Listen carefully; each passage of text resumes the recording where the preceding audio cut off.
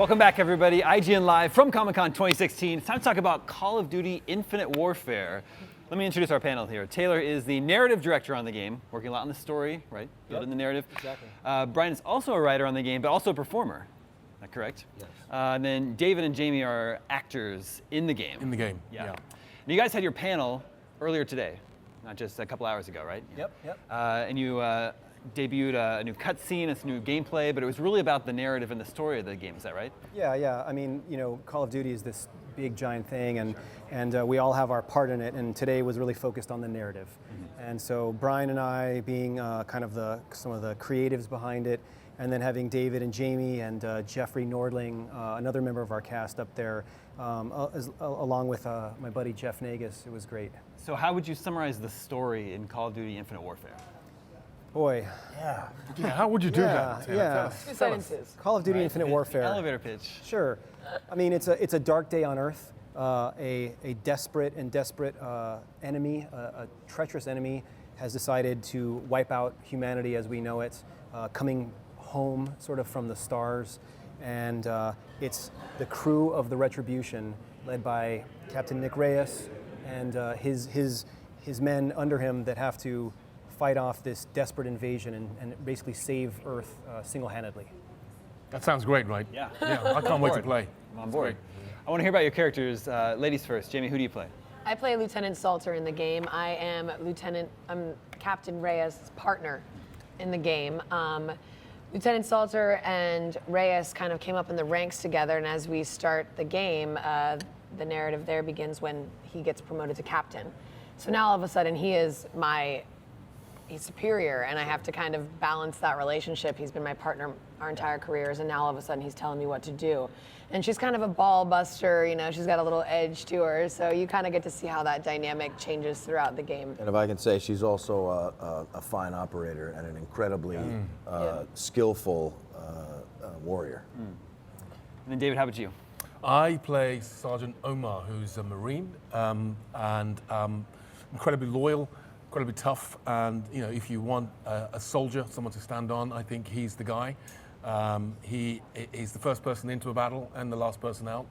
Incredibly heroic, and with Omar, it's mission first. It's let's get this job done. Sure. And he will get that job done at any cost. Really, it's been really good fun to play. He's a real mentor to Captain Reyes as well. Yeah. And Brian, what's it like pulling double duty? You're both writing the game and performing in the game. Yes, it's an incredible honor, and to play, as you call it, we call it manager in the field on some level. To get onto the motion capture set and to have us conceive of scenes and create these characters and then watch our amazing cast take them to higher ground is quite an experience. And I play Captain Nick Reyes. He is a SCAR team leader. He becomes captain of Retribution after this horrific attack on Geneva. And our SCAR team, our space combat air and recon, or special combat air and recon soldiers. They're this fusion of a Navy SEAL and a Top Gun pilot. And that gives the player all kinds of opportunities to do some really awesome stuff. So as I understand it, this is a game with a sci-fi setting, but a very classic war story. Is that accurate? Yeah, I mean, we're huge fans not only of Call of Duty, but we're huge fans of the war genre. And so we kind of examined stories that you see in literature, books, TV, film, and we found a couple themes that kind of come up time and time again, and they're these sort of classically driven narratives. One is this notion of, like David said, the mission comes first. You fight for the guy next to you. That's a theme that you see in a movie like Black Hawk Down, for example. Sure. And that's usually the theme of a story told through the eyes of an infantryman. And then you have this other theme that you see that comes up a lot, which is the mission comes first, which is again something that David's character Sergeant Omar is a big proponent of, and that's his creed and his motto. And so we thought it would be very interesting to take this narrative of you fight for the guy next to you, in this case, Lieutenant Reyes and Lieutenant Salter, and then through a maturation process and thrown into the deep end of the pool, so to speak, Lieutenant Reyes becomes Captain Nick Reyes, and now our theme goes from just fighting for the guy next to you to the mission comes first, and how that dynamic changes. and how it puts incredible amounts of pressure on these characters and how they respond to that pressure. We're telling a story about the burden of leadership, and, Sure. and that's really kind of a critical aspect of what makes this game different on some level, because you're not a noob, you're not an FNG, you know. So I thought that was really interesting, actually, and I hadn't realised that. Is that normally when you play these games, you're the grunt, you're the recruit, Sure, yeah. but actually you're in command of a ship this time, Yeah. which is awesome. Yeah, and not just a commander of a squad, which is what Lieutenant Reyes and Lieutenant Salter were. Now, as Captain Reyes, you're commander of an entire carrier. I mean, we've made this this carrier which can traverse the solar system. We've based it on naval aircraft carriers. Brian and I were fortunate enough to do an overnight embark on a naval aircraft carrier, and so we've modeled the Retribution after that. It's this Navy meets NASA aesthetic. And as a player, being able to command 1,000 people and order your carrier into different battle zones and take on new missions at your discretion is, we think, a first for the series, and really a first. You know, games don't really let you do that very much. You know, it's always a lot easier to say, "Hey, new guy, follow me," and now it's more like, "Well, when the captain's ready." Yeah. Well, you have a long history in the video game industry. We were talking before we started filming that you were the game designer on the original Crash Bandicoot. Yeah. Right. Yeah. A Can long time ago. Can you connect the dots between Crash Bandicoot and Call of Duty Infinite Warfare? Well, for me, you know, I come from a game design background first and foremost. So this notion that maybe narrative is in competition with gameplay, you know, we throw that notion right out the window. Yeah. Narrative is in service of gameplay. And so we want the player to have agency. We want the player to be in control. We want the player to be able to play with their own style. Yeah. And the narrative is in service of all those things. You know, Call of Duty is known for amazing set pieces and incredible controls, all that stuff, right? That we know that Call of Duty feel. And so for me personally, to be able to work on this franchise and infuse it with a deep, immersive story is an incredible opportunity, and one that Brian and I are really excited about. Yeah, you talk about narrative serving the gameplay. A sci-fi game is going to, especially a new setting for Call of Duty, is going to give players different tools to play with, right? New weapons. Yeah. Does that come into your thinking when you're writing, just knowing that the player is going to have a different arsenal than if it were a modern warfare setting? Yeah, I mean, I mean, yes and no. So on the Yeah. one hand, you can say completely, because if you were, let's say you were planning, let's say you were strategizing what an encounter might be like and what you have in your toolbox, in your array, weapons-wise, space is an enemy unto itself. This is a harsh environment. This is a place where you're dealing with no atmosphere, you're dealing with no oxygen, you're dealing with zero or low G. So incorporating those things into the environments, into your strategy, into your tactics, again, narrative in service of gameplay, it's just taking the whole thing to new heights. you know, in a lot of ways, sorry. I just have to jump in. I mean, I keep saying this in all the interviews, but I mean, I've been a gamer for like 30 years. I mean, I had PlayStation 1. I mean, I've literally grown up with Did you them. play Crash Bandicoot? I don't think I did actually, but being in this game and knowing what it's going to be like to play it, I literally can't wait to get my hands on it, because there's just so much in this game that I've never seen before in a Call of Duty game, and I'm really looking forward to actually, you know, getting those controls in my hand and getting on with it. Yeah. Yeah, in a lot of ways, this is the melding of these different things, right? We're telling what is essentially a classic war story, good and evil, two very clear sides in a very clear black and white war. But to have that traditional Call of Duty gameplay loop that we all love, I'm a fan of it, and then transpose it into this new setting.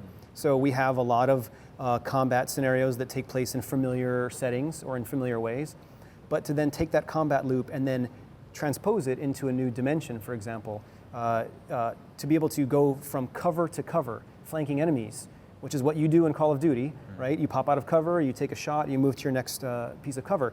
But to do that in 0G, where you have cover that is above you, below you, to your left, to your right, to be able to grapple to your next piece of cover and quickly get into that next piece of cover. I mean, that's been a big thing. How do you make 0G combat fun? right? When the whole combat loop is run to cover as quickly as you can, and in 0G, you're sort of floating around without a lot of inertia. So as you can see in this gameplay footage here, you use this grapple hook to get you to your next bit of cover as quickly as you possibly can, Nice touch. which retains that gameplay loop. But now you can flank enemies above, below, behind. It's taking it and putting it into 3 dimensions. Yeah. It's a new setting for Call of Duty, but the flow of gameplay should feel familiar, right? You're still telling a linear action adventure story, right? The story is a linear story that's not a story of, multiple endings if you do this or do that. I mean, what we are trying to do first and foremost is we want a deep, immersive narrative, and that has to be an authored experience to a certain extent. But what we are hoping to do, by putting you in the shoes of Captain Nick Reyes, is to put you at parity with him as a hero. When he makes a decision, the player should say, that's exactly the decision I would make if I were him. That's the goal as storytellers for us. I see. As I understand it, the game starts out on Earth. Yeah. So is the game set in our solar system? Yes. It's in areas of space that we actually know and recognize. Yeah, all of this stuff is, this is a realistic sort of forward-looking view into from a present-day perspective. They've said that the first trillionaire on Earth is going to be the first person who can successfully mine an asteroid for its materials, its minerals, because we need those back on Earth. And so where there is that flow, there's going to be greed, there's going to be conflict, and so the battle zone, so to speak, moves into the stars. I mean, most of our wars, for better or worse, and our conflicts here on Earth can often be traced to resources, people fighting over them, and this is no exception. So you described this as a clear-cut battle between good and evil. What can you tell us about your villain is Kit Harington this time around, right? Sure. What can you tell us about him and his performance? Well, Kit Harington is the admiral of the enemy's Bismarck, so to speak. Their biggest, baddest, most destructive warship that they have in their fleet. And the attack on Earth by the Settlement Defense Front was a sneak attack. And it really, really, really took a toll on our fleet. And so this crew of the Retribution has to go out and sort of fight with the little that they have, meaning their one ship against an entire fleet. And Kit Harington plays Admiral Salin Koch. He's at the helm of their most feared warship. So what is their side? What does he represent? What is their army? Yeah, they're called the Settlement Defense Front. Okay. If you look at the evolution of this story in terms of what this story universe looks like, they are a group of people who were sent out beyond the reaches of our atmosphere, and the distance, the space, and time gave way to a new culture, a movement of radicals, people that don't see Earth as their home, and in fact have no connection to the place that we call home today. And in the absence of that connection, a kind of insurgency rises. And that insurgency is dead set on kind of running things, control, and eradicating everything Earthborn. That doesn't sound good. No. Not good, man. Not good. Call the Marines. But what does sound good is this new Call of Duty. It seems to be a little bit different approach to the series, and I don't mind telling you I'm excited to play this game. We're super excited to play this game. It's Call of Duty Infinite Warfare. It's out November 4th. Is that correct? That is correct. November 4th. Yeah, thank you so much for coming by the show. Thanks for having us. Thank you. Stay tuned. We still have more to come from day one of Comic-Con here on IGN right after this.